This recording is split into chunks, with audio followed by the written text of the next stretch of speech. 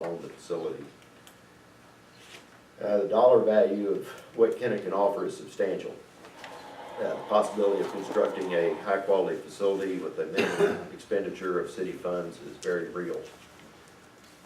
So I would like to make a motion that the City of Kennett submit a proposal to the Missouri Department of Conservation to request funding and design assistance from their available resources to build a city-owned shooting sports complex. Second. Motion is second. Any further discussion, questions? Would you care to repeat your motion? It was longer than I was going. Okay. I can give you a copy of it Okay, that'd be perfect. later. Questions, comments? I've spent a fair amount of time with Mr. Freeman and going over his plan, the blueprint, whatever else, and it's gotta be something good for the city of Kennett.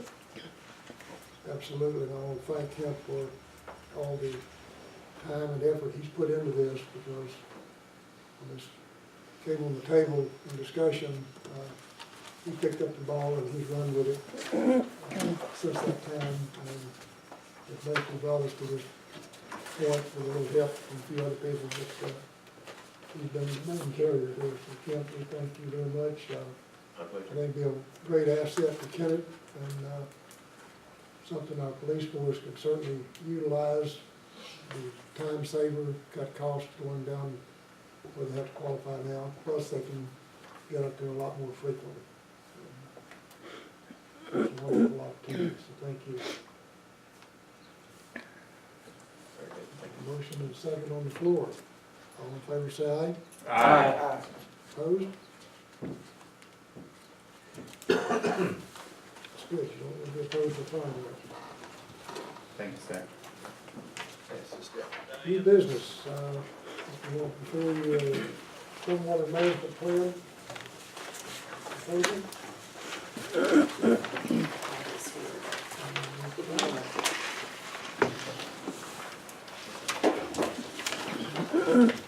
My name is Todd Dalemont with Benton Associates, and you should all have a sheet like this and just a few slides. I wanted to go over with you this evening about the stormwater management plan that we've been working on. Chuck Morris sends his regrets. He was going to be here this evening, but he's to help share as well, but his mother-in-law passed away yesterday, so you're stuck with me. Just take a couple minutes here just to go through this and to give you an overview of the stormwater management plan for Kennett. On the bottom of page 1 there, just so we're all together with the history of the regulations. When this was first started with the Clean Water Act, phase 1 came into effect in 1990, affecting populations greater than 100,000. Phase 2 started in 1999, and that's when most communities, including Kennett, became affected. Looking at populations greater than 10,000, or also communities in an urbanized area. Fast forwarding a little bit to 2014, the Department of Natural Resources performed an audit on the Kennett stormwater program and found it to be in non-compliance, which just meant that they felt that Kennett wasn't meeting the requirements in the stormwater permit that they had.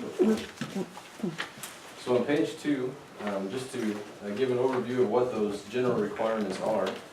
The first is to develop a 5-year stormwater management plan, which is what we've been working on. Within that plan, it must address 6 minimum control measures, and I'll go over those in just a minute. Within each minimum control measure, it must set measurable goals and the dates for those to be met. The intent is to fully implement a stormwater program, and in the case of Kennett, bring it back into compliance with the Department of Natural Resources. The other general requirement then, once you have a stormwater management plan, is to submit annual reports to DNR on the progress of the stormwater program. So within the plan, it addresses the six minimum control measures, which are listed there on the bottom of page 2. Just to quickly go through those, the first is, and these are the 6 that are required by the Department of Natural Resources to be addressed. The first is public education and outreach, just making sure that the public realizes why Kennett must address stormwater, what the importance is, and what the regulations are. second being public participation and involvement, trying to get people on board with not only knowing what's going on, but helping out with identifying stormwater issues within the community. 3, illicit discharge detection and elimination. This is largely looking at industries as kind of DNR's focus, but any large pollution discharge that might enter into stormwater that's not supposed to be there. Number 4, construction site runoff control. This looking at, obviously with any construction site, the first activity is usually to strip the topsoil, start moving earth around, loosening that soil, which then, of course, if we have rain, leads to a lot of erosion and sediment being carried downstream into the stormwater system. So this is looking at, when we talk about things like silt fence or a sediment basin, those are just 2 examples, but those are addressed under that number 4. And it does go beyond just sediment. It could be things like concrete washout, equipment maintenance, oils, chemicals, and that kind of thing. Number 5, with post-construction stormwater management. This is looking at, okay, after construction has been completed, any development. Of course, we're going to add roads, parking lots, driveways, buildings that are all going to contribute to additional runoff. So number 5 is looking at, okay, what's the long-term solution to controlling this stormwater, this additional stormwater? So this is items like detention basins, rain gardens, and a whole lot more. 4 and 5, I should mention too, from DNR standpoint, these are mainly looking at sites of 1 acre or larger. That's what they're concerned with. It's the larger sites, not just a small construction site, but it's the bigger ones that are going to create the most runoff. And then the last one being pollution prevention and good housekeeping for municipal operations. The idea of there being kind of an internal look at the city and what are their procedures for maintaining their equipment, for doing things like sweeping streets and making sure that they're setting an example of protecting stormwater. So on page 3, within the stormwater management plan, each of those minimum control measures contains a summary of the permit requirements. And I should mention there's a little paragraph for each one of those to give you an idea of what's in the permit, but that's just a sample. There's actually pretty lengthy and detailed requirements within that permit for each area, but that's at least to give an idea of the wording that's in there. It lists measurable goals for the city of Kennett to meet and dates to accomplish those goals, and also the city personnel responsible for the implementation. So when we look at the schedule, the stormwater management plan is a 5-year plan. That's the way that DNR has required the plan to be set up. And so it's really done in a 3-step process. And there's general 3 steps are first to the public education and outreach segment, making sure everyone realizes why we're doing what we're doing, what the requirements are with DNR, and the importance of protecting stormwater. The second step is the implementation. Going through these programs like the land disturbance, construction programs, the post-construction, and implementing these requirements. And then the third is once everything's put into place, the idea is then you're just maintaining your program and not having to implement new regulations. So on page 4, just give a general overlook of each year as it's laid out in the stormwater management plan. So year 1, like I said, starting with the focus on public education and outreach. Items like we're doing tonight, discussing it before the city council, making sure that everyone knows what's going on and what needs to be done. And as we move into year 2, we get more into public involvement. This includes allowing citizens of Kennett to bring any stormwater issues that they've seen in town. Of course, everybody drives a different part of the city on a daily basis and sees different things. And so if there are any issues, they can bring those to the city, that they can be put together so that the city can put together a plan for fixing any of those issues that may exist. Just getting people on board and getting them to participate in the process. Also listed is the development of a storm sewer system map. The idea behind that, and this is an important one with DNR that they really want to see, is to know what is the storm sewer system that we have in the ground that can be that is being used now, so that it can be maintained, and also if changes or additions need to be made, we can do that in a way that makes sense and works with the existing system. They also look at things like illicit discharges. If there was ever a serious pollutant detected in the storm sewer, in the stormwater, then if you have a good map, that can be tracked back and try to find the source of whatever caused it was. Also listed then is ongoing items from year one.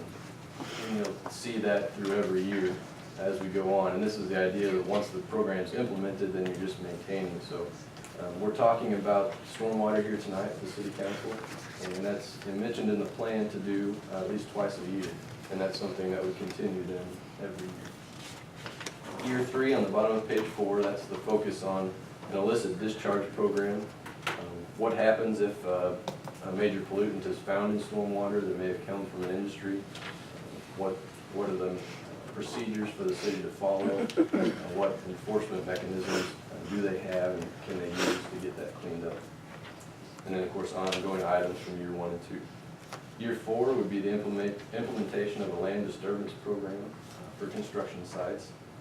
This would include things like what erosion and sediment control plans need to be submitted to the city before construction begins, what type of inspections are going to be done and when during a construction project, and again, what mechanisms do the city have if there is an issue to make sure that they're complying with the requirements. And then just on the last page, going into year 5, is the post-construction stormwater management segment. And again, that's dealing with after construction, the long-term control of stormwater, whether that's detention, whether that's rain gardens, or a host of other things. But putting that plan to effect of what are the requirements going to be that need to be met, how are those things going to be maintained, and who's going to make sure that they are maintained. And then when the idea being when you get past this 5-year period that's set out in the stormwater management plan, the stormwater program has been put in place, and then you're simply carrying out these programs that have been put in place, and of course making changes as needed. It's important to note though, this is, as DNR has set it up and required, this is a stormwater program that has to be maintained and carried out, and it does require time and resources, certainly by the city, with the way that they have done it. So try to just give kind of a quick overview without getting into all the details in the plan. Certainly, if you have any questions for me, I'd be glad to do my best to answer. I don't have any questions really, but we appreciate your help, situation, and everything y'all are doing.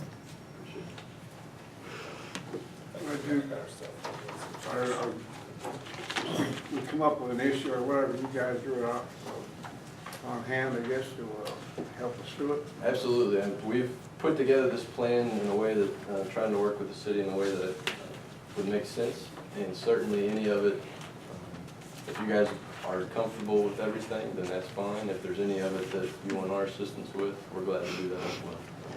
Certainly. Well, I mean, being the lay people that we are, I mean, that will need some professional input beyond this. Sure. We would certainly be available to help in any way that you all would need. Thank you. Thank you very much. Thank you, sir.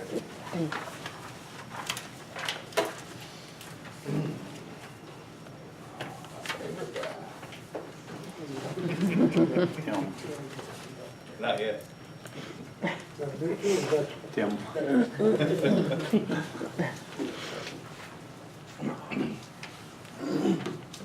I'll let y'all look through the report on your own. I mainly want to talk about the fact that we started stuff in April, May, picked up just a little bit of stuff. Now it's gonna start picking up for sure, okay? And this, everybody's up in an uproar about the cycle stuff. I wouldn't much worry about that right now. We have those mosquitoes, a few here. It is spreading pretty rapid. It's not something for us to really worry about right now, okay? Gonna bring the airplane in, second and third, ready city to the fourth,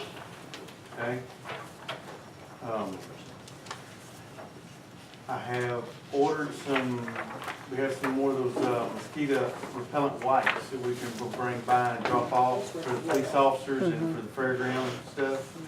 We have those. And we're underway, so we're working. Mosquito population is gonna pick up here pretty good for long.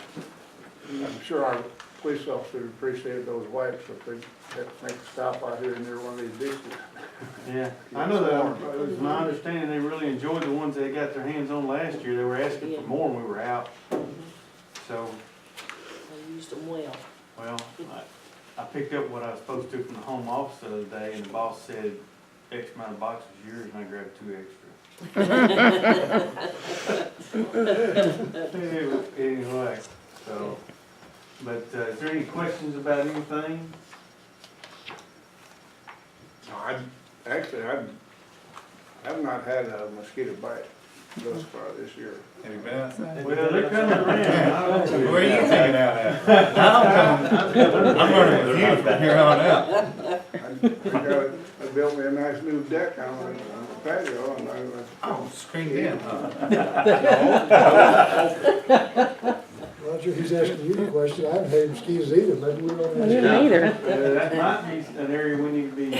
Oh, I got your number, I'm getting ready to call you. Seriously, that could be an issue.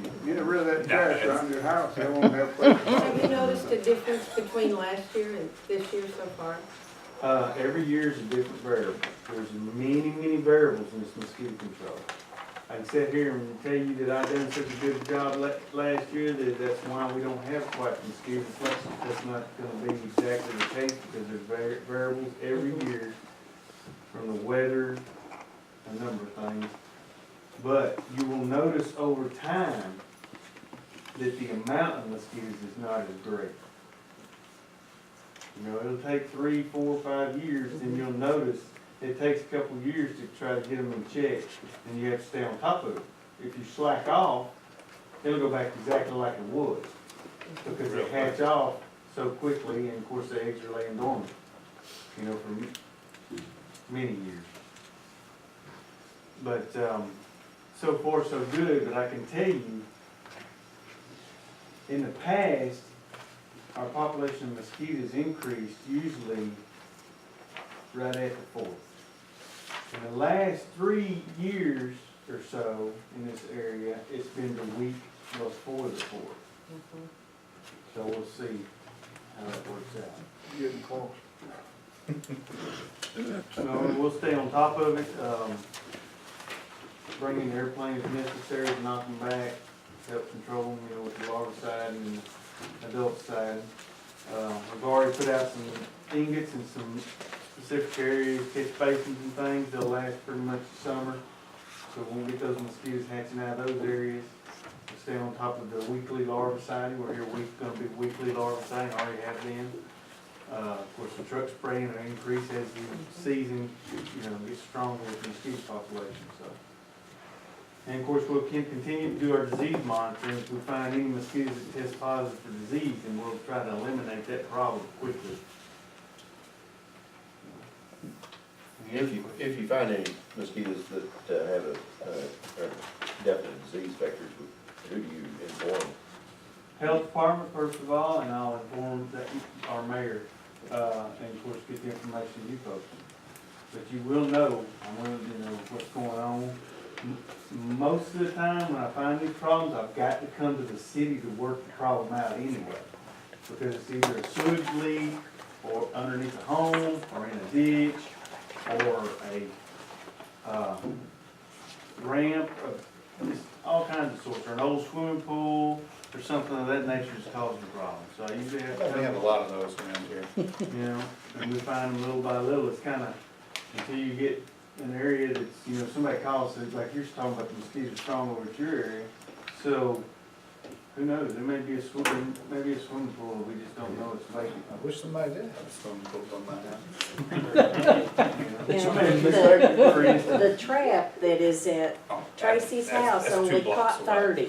30. Yeah, you're just living on the wrong end of the neighborhood. I haven't had I can any. go with that. I don't know what the bad is. I'm sorry. Did you say that I don't know if everyone heard, but were you talking about the Zika Yes, ma'am. virus? And you said that is not a concern for us at this point. What we have going with that, I can tell you that it's a big deal with CDC. Our company's in Puerto Rico, Virgin Islands, Guam, a number of places right now fighting this stuff. Right. It is the most rapid spreading disease, mosquito disease that's ever been seen. Another part of that reason being is because once it bites a person, then they go home to their spouse and they can sexually transmit it. Okay? What we have going for us as of right now, it's not foolproof. We do catch a few of those mosquitoes, but they're not, a predominant species here. As in the anopheles that we catch is predominant, that's a malaria mosquito. We have millions, billions of these mosquitoes. The Aedes albopictus or whatever is not so much. Now, we do catch them. So it's kind of like the Culex mosquito. If we get a diseased one, then we're gonna have to try to eliminate it, really work at it and try to eliminate the problem that's making, where why they're hatching off and, keep people from getting sick because you can't get rid of this disease. Thank you. Yes, ma'am. Any other questions?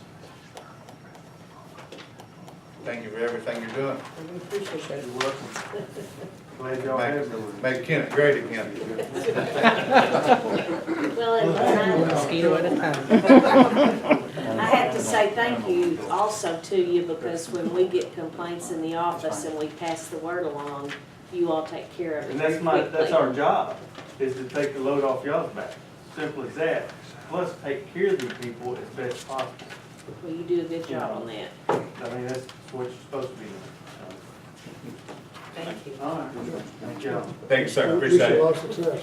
Sir?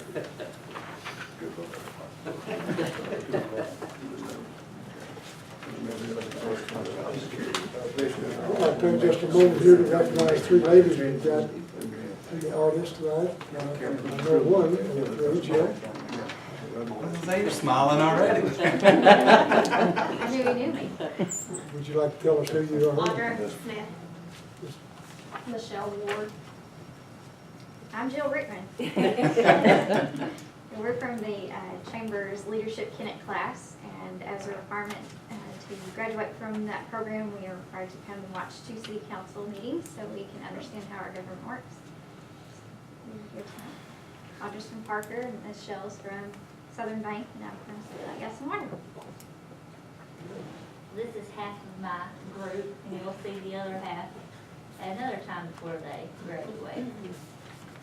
And I may speak We're for, glad you're here and we hope you give us high marks. I would definitely recommend Leadership Kennett to anybody. It's not just so much about learning how your government works, but it was really neat to see the industries and the healthcare that you see from the outside, but you don't understand everything that goes on from the inside. So we're just about to our halfway point. It's been a great experience so far. The feedback I've gotten from individuals that are participating has been very